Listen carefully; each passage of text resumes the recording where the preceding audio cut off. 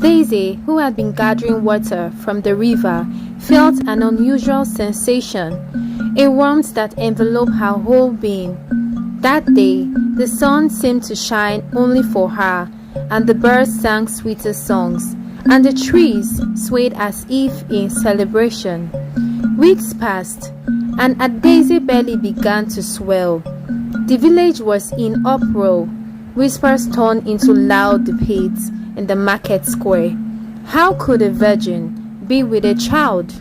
It was unheard of. It was impossible.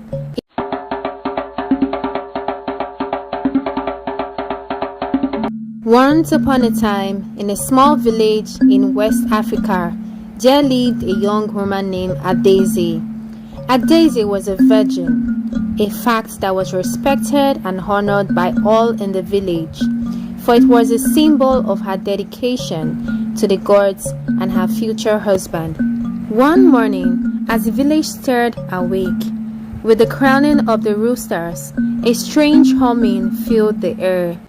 Daisy, who had been gathering water from the river, felt an unusual sensation, a warmth that enveloped her whole being. That day, the sun seemed to shine only for her, and the birds sang sweeter songs, and the trees swayed as if in celebration. Weeks passed, and Daisy's belly began to swell. The village was in uproar. Whispers turned into loud debates in the market square. How could a virgin be with a child? It was unheard of. It was impossible. It was a miracle. The elders gathered, and the drummers drummed, and the priestess was summoned to divine the meaning of this enigma. The priestess, an old woman with eyes like the ancient waters, went into a deep trance. She spoke to the ancestors. She consulted the orishas, and finally, she revealed the truth. The child that Daisy carried was a gift from the gods. The child was destined to be a great leader, a unifier of tribes, a beacon of hope, and peace for all of West Africa. But the priestess warned that this child would face great trials, and only the purest hearts could ensure his safe arrival into the world. Daisy, embracing her fate, prepared for motherhood. Under these extraordinary circumstances, the village, now in gratitude, supported her, providing her with all she needed. The chief, a wise and just man, decreed that no harm or disrespect should come to Daisy, for she was now a vessel of the divine. Months went by, and the time for the birth drew near. On the eve of the delivery, a great storm swept through the village, threatening to tear apart homes and uprooting trees. It was said that the dark spirits were angry, envious of the child of light that was to be born. Daisy, in the midst of the tempest, was calm and resolute. She was taken to a hut, surrounded by the priestess and the women of the village, who sang and chanted prayers. At the height of the storm, as lightning split the sky, Daisy gave birth. The child was a boy, his cries cutting through the noise of the tempest, silencing the wind and calming the rain. The dark spirits defeated, fled, and the stars returned to the night sky. The boy was named Chidubem, meaning God is my guide. And as he grew, so did his wisdom and his kindness. He learned the ways of the elders, the secrets of the forest, and the languages of the neighboring tribes. Daisy raised him with love and taught him to always listen to the heartbeats of the earth. Years passed, and Chidubem's reputation spread far and wide. Tribes that were once at odds came to listen to his wisdom. His words carried the weight of the ancestors and the light of the gods. He brought peace where there was conflict, and under his guidance, the region flourished like never before. Daisy, his mother, watched him with pride as her son became the leader whom the priestess has foretold. One day, As the sun hung golden in the sky, Chidubem called the people to gather, from the youngest child to the oldest elder. Chidubem spoke and they listened. He stood before them and spoke wise words.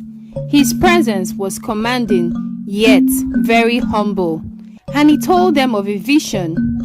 In this vision, the gods had showed him a great kingdom, a place where all tribes lived as one, where the bounty of the land was shared, and where the children grow without fear of war.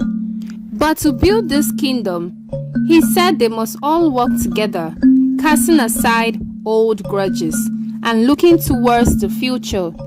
The people were moved by his words as they pledged to unite as one. Under Chidubem's leadership, they built a great city at the crossroads of the trade routes, and it became known as a place of learning, of culture, and of harmony. The city's fame grew, and travelers from across the continent and beyond. They came to see the place where once a pregnant virgin had given birth to a miracle. As for Adaeze, she remained by her son's side, her wisdom invaluable and her love undiminished. She lived to see her son achieve greatness, and when her time came to join the ancestors, it was said that the heavens wept for 7 days and 7 nights, mourning the departure of the mother of the miracle child. Chidubem's rule ushered in a golden age, and the tale of his birth, his rise, and his reign became a legend that was passed down through generations. It was a tale of mystery, a tale of faith, a tale of power, purity, and purpose. The story of Adaeze and Chidubem became the African folktale that was told and retold around fires under the wide canopy of the stars. A story that taught the values of unity, respect, and the belief of the impossible. And so, the pregnant virgin and her divine child lived on, not just in memory, but in the spirit of a people who had been touched by the gods, in a land that thrived in peace. If you enjoyed this story, kindly give it a thumbs up and share. Until then, I'll see you all in my next video. And others, unfortunately, with jealousy in their hearts. Among the watchers was Kelechi, a newcomer to the village, whose handsome features were matched only by the darkness of his intentions. As the night progressed, Amma, tired from dancing, drifted away from the celebration to catch her breath under the ancient tree. The leaves swayed in different directions. Kelechi saw his moment and approached Amma under the pretense of casual conversation. He spoke sweet words, but Amma's intuition prickled with unease. She excused herself, but Kelechi held her.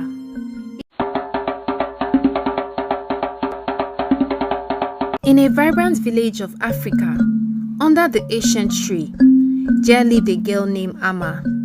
Amma was a very beautiful lady that most men and women would stare at her whenever she walked past them. Amma is a daughter of a respected elder. She was cherished by her community, for her compassion and intelligence was her physical appearance. Amma's 16th year was to be marked by the village's annual harvest festival, a time when the air was rich with the scent of ripe fruits and the sounds of rhythmic drums. The festival was more than a celebration. It was when young men and women began to eye each other for future courtship. Amma, however, was more interested in her studies under the guidance of the village elder, an old man with stories as vast as the night sky. As the night fell, casting a silver sheen over the ancient tree, as Amma danced with her friends, eyes were upon her, some filled with admiration, and others, unfortunately, with jealousy in their hearts. Among the watchers was Kelechi, a newcomer to the village whose handsome features were matched only by the darkness of his intentions. As the night progressed, Amma, tired from dancing, drifted away from the celebration to catch her breath under the ancient tree. The leaves swayed in different directions. Kelechi saw his moment and approached Amma under the pretense of casual conversation. He spoke sweet words, but Amma's intuition prickled with unease. She excused herself, but Kelechi held her. His intentions so dark, and the unthinkable happened. Amma's world, once filled with the light of stars and promises, darkened. The aftermath was filled with emotions of sorrow. Amma, with a strength she didn't know she possessed, chose to speak out. Despite the whispers of shame that often unjustly follow such an act, the village was thrown into confusion as such violence was unheard of in their community. Amma's father, torn between his role as a leader and his love for his daughter, found himself at a crossroads. The village traditions dictated silence and discretion, but his heart cried out for justice. Amma's story spread, and the women of the village, who had long been silent keepers of their own tales of sorrow, began to rally around her. The intrigue deepened as Kelechi, sensing the turn of tides against him, wove a web of lies, questioning Amma's character. He claimed their encounter was not forced, and his connections to the village paved way for him, swaying the opinions of many. Amma, burdened by the weight of her experience, found solace in the support of the village women. With their encouragement, she found the strength to pursue justice through the village council, a gathering of elders and respected individuals who upheld the traditions and law of their community. The council was divided, torn between the desire to uphold the village reputation and the need to protect its members. Amma's father, emboldened by his daughter's courage, spoke passionately in her defense, imploring the council to seek the truth and deliver justice. As the deliberations unfolded, the whispers of the ancient tree seemed to grow louder. The village women, united by their own experience and the bond of sisterhood, stood in unyielding support of Amma. Their voices, once stifled by tradition, now rose in a powerful chorus, demanding change and accountability. In a dramatic turn, the truth was revealed, supported by the unwavering testimony of the women and the undeniable strength of Amma's character. Kelechi's deceit was revealed, and the village council, guided by a newfound understanding, delivered a verdict that held him accountable for his actions. Amma's journey was far from over, and the scars of her experience would linger. However, the resilience she displayed, the unwavering support of her community, and the pursuit of justice became a beacon of hope for others who had suffered in silence. The ancient tree, once witness to Amma's pain, now stood as a symbol of strength and solidarity, its whispering leaves carrying the echoes of a community transformed. In the years that followed, the village embarked on a journey of healing and empowerment, embracing a newfound spirit of openness and support for those affected by similar challenges. Amma, now a beacon of resilience and compassion, continued her studies under the guidance of the village elder, her voice blending in the chorus of change that echoed through the African savannas. The moral of the story is that one should always speak out, no matter the situation. Don't keep it to yourself, because in speaking out, you will help yourself and also help others that are going through the same similar issues. If you enjoyed this story, why not give it a huge thumbs up, and I'll see you all in my next story. Adana heard a doorbell ring out loud. She rushed quickly to the door without asking who it was because she thought it was Nneka on the door. She called out saying, "My love, you are back." As she opens the door, the thugs rushed quickly, grabbing her before she could scream. They pushed her into the car.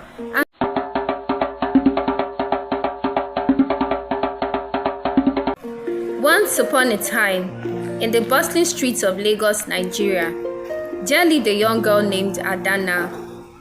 Adana was a kind and gentle soul, known throughout the city for her beauty and wisdom. Her best friend was a young man named Nneka, with whom she shared everything: their dreams, their secrets, and their laughter.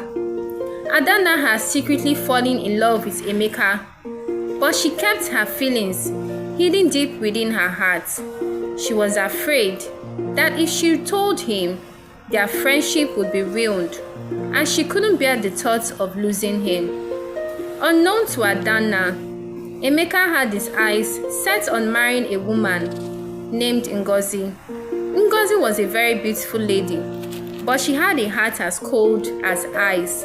She only had eyes for Emeka's words and cared little for his kind heart. As Nneka prepared to propose to Ngozi, Adana's heart ached with sorrow. She couldn't bear to see him marry someone else who didn't truly love him, but she remained silent, keeping her feelings buried deep within her. As the day of the proposal arrived, a twist unfolded. Ngozi's true intentions were revealed. Ngozi stepped out of the room to get a glass of water from the kitchen. Immediately, her phone rang. Her phone was close to Nneka because they were together, so he saw who called her. It was Ngozi's mom, so he thought. So he answered, being that she was going to be his future mother-in-law. Immediately he put the phone on his ears. He heard a man's voice saying, "My love, don't tell me you're still with that useless man.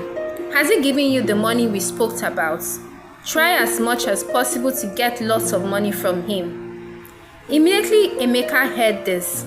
He was torn apart, so he cut the call. Nneka was so shattered, being that Ngozi was not the woman he thought he knew. He was heartbroken and realized that Ngozi was only after his money and not because she loved him. Drama and betrayal filled the air as Nneka confronted Ngozi and ended their relationship. Meanwhile, Adana watched from afar, her heart pounding with a mix of hope and fear. In the midst of the chaos, Nneka turned to Adana, his eyes full of emotions. "Adana," he said softly, "I have always cherished our friendship, but now I realize that what I have been searching for was right in front of me all along." And with those words, the air was filled with suspense as Adana's heart leaped with joy and anticipation. As she looked into Nneka's eyes, searching for the truth in his words, she felt a glimmer of hope blooming within her chest, but she was still afraid to believe that her deepest desire could come true. Nneka reached out and took Adana's hand in his touch sending a jolt of warmth through her. "Adana," he continued, his voice filled with sincerity, "I have come to realize that the love I have been searching for is right here beside me, in form of a dear friend who has always been there for me." Tears welled up in Adana's eyes as she listened to Nneka's heartfelt words. She had longed for this moment, but she never dared to hope that it would actually come to pass. Just as Adana was about to speak, a sudden commotion erupted in Nneka's compound. It was Ngozi, consumed by rage and jealousy at being rejected by Nneka. In her fury, she revealed a shocking secret that sent shockwaves to Adana. "Ngozi, you cannot destroy what I have with Adana," Nneka declared, his voice strong and unwavering. My heart belongs to Adana, and nothing you say or do can change that." Ngozi's eyes blazed with anger as she turned to Adana, her voice dripping with malice. "You may have won his heart for now, but remember this, Adana. True love is never guaranteed. A betrayal lurks in the shadows." As the sun began to set over the horizon, the future remained uncertain. As the evening descended upon the city, Adana and Nneka stood hand in hand, facing the challenges that lay ahead within a newfound strength, born from their love for each other. The words of Ngozi echoed in Adana's mind, planting seeds of doubt and uncertainty. Despite the doubts swelling in her heart, Adana's locked eyes with Nneka, seeing the truth and sincerity in his gaze, she knew that their love was worth fighting for, even in the face of betrayal and jealousy. With determination burning in her chest, Adana spoke softly but firmly. "Nneka, our love may face trials and hardship, but as long as we stand together, we can overcome anything. I choose you, not out of fear or obligation, but out of a deep and genuine love that has blossomed within my heart." Nneka's eyes sparkled with emotions as he embraced Adana, feeling a sense of peace and sanctity. Together, they vowed to face whatever challenges that comes their way, come what may. The following day, Ngozi went behind Nneka's house as she made a strange call. She assigned some thugs to kidnap Adana, instructing them where to take her. Meanwhile, Adana was with Nneka in his house. Later that day, Nneka got a call to come to the office for a brief meeting, so he rushed out. Ngozi, still spying from a distance, saw an opportunity to achieve her evil plan, so she made a call and gave instructions to the thugs to be carried out on Adana. Nneka was still at the office till evening. Not too long, Adana heard a doorbell ring out loud. She rushed quickly to the door without asking who it was because she thought it was Nneka on the door. She called out saying, "My love, you are back." As she opens the door, the thugs rushed quickly, grabbing her before she could scream. They pushed her into the car and drove off to the secluded location where Ngozi had instructed them to take Adana to. Their guns were positioned to her body, so she couldn't call out for help. At the secluded location where they kept Adana, they made a call to Ngozi, informing her of their successful operation. Ngozi, on the other hand, smiled with so much mischief in her heart. Nneka got back to the house, only to find the door open and Adana's phone badly damaged on the floor. He was worried, so he rushed out to the police station to make a complaint about what had happened. He kept wondering what could have happened. Could Ngozi be responsible for this? I don't think so. I don't think she would go this far, he sighed. After so much thought, he reached out to his phone and called Ngozi, and she picked. "Hi baby, don't tell me you miss me already," she laughed. "Miss you?" Nneka said, with so much disgust in his expression. "Adana is missing, and I just hope you don't have a hand in it, else you will have me to deal with." Ngozi laughed.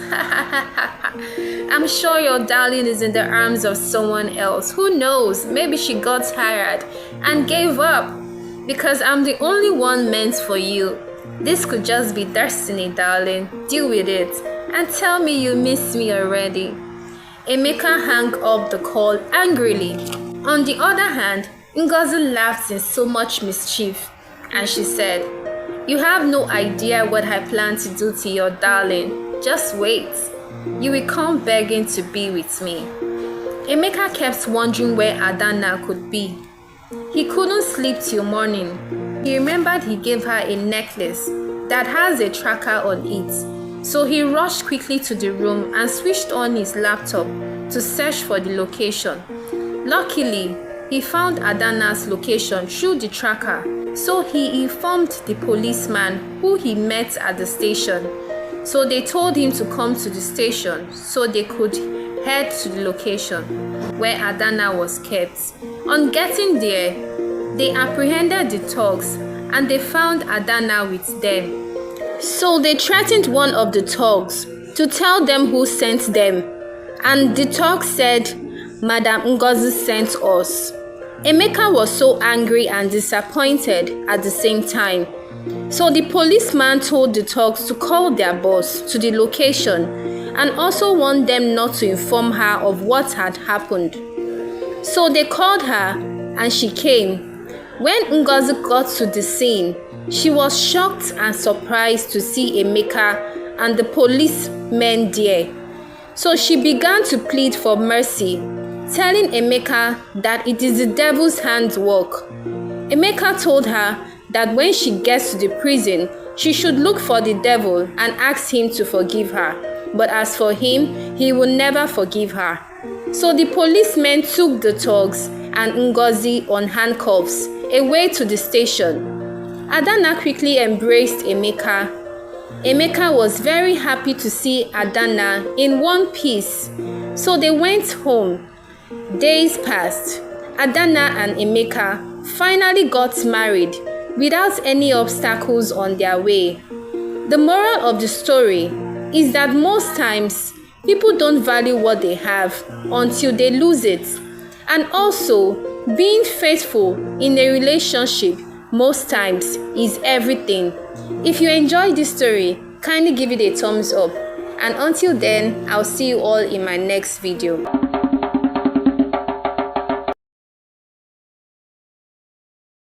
Back in the village, time was running out.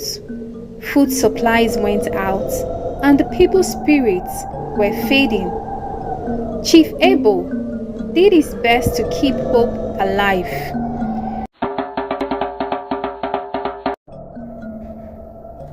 Once upon a time in Africa, there lived a tribe known as Judah, with a lush valley surrounded by towering mountains, which were believed to be the arms of their ancestors, embracing them and protecting them from the outside world. The tribe was led by an elderly chief named Abel, a man of great wisdom and kindness. He was respected by everyone and served as both a leader and a father figure to the people of Judah. Chief Abel had a daughter named Nneka, whose spirit was as radiant as the sun that bathed their lands. She was loved by all, and her laughter was a remedy to the hearts. One year, as the dry season approached, the skies withheld their tears, and the earth beneath the feet began to wither. The crops failed, and the valley dried up to the mere trickle. Despair crept into the hearts of the tribe as the threat of famine loomed over them. In the midst of this crisis, a young warrior named Kofi emerged. He was determined and brave, with a fire in his eyes that spoke of his inner strength. Kofi believed that the key to their survival lay in the legend passed down through generations, a hidden spring that was said to be a gift from the gods, located in the hearts of the mountains. With the situation growing more desperate and intense by the day, Chief Abel gathered the tribe and declared that they would place their faith in Kofi to find the mystical spring.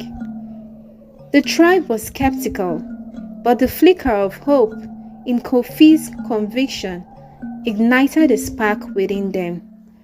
Nneka, moved by Kofi's courage, decided to join him on his quest. And so, Kofi and Nneka set out on their journey, guided by an ancient stories and stars above. They faced many challenges, along the way, the wild beasts and the ever-present shadow of doubts. But their belief in the legend and in each other kept them going. Even when their bodies pleaded for rest, they kept on moving. Back in the village, time was running out. Food supplies went out, and the people's spirits were fading. Chief Abel did his best to keep hope alive, leading the tribe in prayer and encouraging them to hold on just a little longer. Days turned into nights, and nights into days, as Kofi and Nia ventured deeper into the mountains. Just as their own hope began to wane, they stumbled upon a cave hidden behind a veil of vines. Inside, they found the spring, just as the legend has described, its waters sparkling with a light that seemed otherworldly. Overcome with joy, they filled their vessels and hurried back to their tribe. Their journey home was a promise of salvation that kept them going. As they descended the mountain, a violent storm broke out, threatening to wash them away. Yet, in this moment of peril, their faith did not flatter. They pressed on, shielding each other from the tempest's words. Finally, they emerged from the storm, and the sight that greeted them was one of the pure magic. The rain had revitalized the valley, and their people were dancing in the downpour, rejoicing at the sight of the darkened clouds that had brought life back to their lands. Kofi and Nia joined the celebration, their hearts swelling with relief and pride as they shared the news of their discovery. The people of Judah were overjoyed, not only because of the rain, but also because they now had a source of water that would sustain them through any future droughts. Chief Abel embraced his daughter and Kofi, tears of gratitude streaming down his face. He knew that their bravery had saved the tribe. The chief declared that Kofi and Nia were heroes of Judah, and from that day forward, their story would be woven into the tapestry of the tribe's history. The hidden spring became a sacred place for the Judah, a symbol of their endurance and the blessings of the gods. Kofi and Nia, who had grown close during their journey to the spring and after, eventually got married, uniting their spirits in a bond that was celebrated throughout the village. As the seasons passed, the story of the tribe of Judah, Kofi's courage, Nia's faith, and Chief Abel's wisdom became a beacon of hope, not just for their own people, but also for neighboring tribes. It was a story that reminded everyone that even in the darkest times, faith and hope could lead to miracles. That family was the bedrock of strength, and that the unity of a community could overcome the most daunting of challenges. Additionally, the story highlights the value of family and love. It serves as a reminder that no matter how difficult the circumstances may seem, with faith, unity, and determination, there is always a way forward. If you enjoyed this story, kindly give it a huge thumbs up. Until then, I'll see you all in my next story.